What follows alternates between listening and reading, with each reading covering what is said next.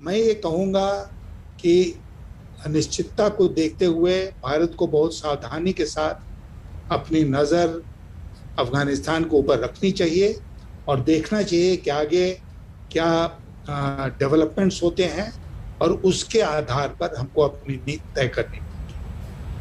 यशवंत जी, राष्ट्रीय राजनीति से कोई लेना देना नहीं है, लेकिन जो रिश्तों की नींव आपके समय में जिस बांध की शुरुआत उस समय हो गई थी, जिसका उद्घाटन अब जाकर हुआ है, वो सारी चीजें जो अफगानिस्तान में हिंदुस्तान ने इन्वेस्ट की, वो सिर्फ एक तरह से एक मॉनेटरी इन्वेस्टमेंट हम नहीं देखेंगे, बल्कि एक रिश्तों का इन्वेस्टमेंट भी हुआ था।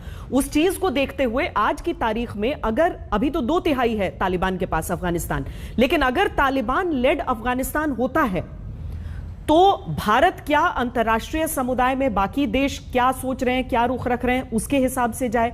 भारत क्या अपनी सोच के हिसाब से जाए? जहां पर तालिबान ने गन पॉइंट पर पूरे अफगानिस्तान को लिया है, यह भी हमने देखा है। देखिए, आपने जो बात कही अभी, मैं आपसे कहूंगा कि भारत के पक्ष में दो बहुत महत्वपूर्ण बातें हैं। एक नंबर की बात जो है वो ये है कि अफगानिस्तान में, और मैंने स्वयं उसका अनुभव किया था, मुझे लगता है कि सारे भारतीय जो अफगानिस्तान जाते हैं वो इसका अनुभव करते हैं। वो अनुभव ये था कि अफगानिस्तान के लोगों में भारत के लिए बहुत प्यार है, बहुत सम्मान है, और इसलिए भारत और अफगानिस्तान के बीच में जो रिश्ते रहे हैं परंपरागत सदियों से, वो बहुत कॉर्डियल रिश्ते रहे हैं, बहुत प्यार के रिश्ते रहे हैं। ये हमारी एक बड़ी भारी वहाँ पर बड़ी भारी हमारे लिए एसेट है।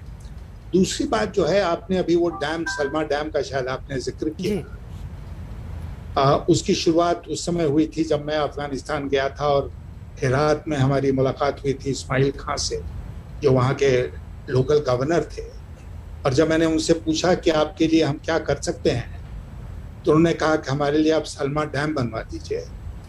तो मैंने तुरंत उस पर कार्रवाई की, एक्सपर्ट टीम गई, प्रोजेक्ट रिपोर्ट बना और काम शुरू हुआ, और आज वो फ्रेंडशिप डैम के नाम से जाना जाता है।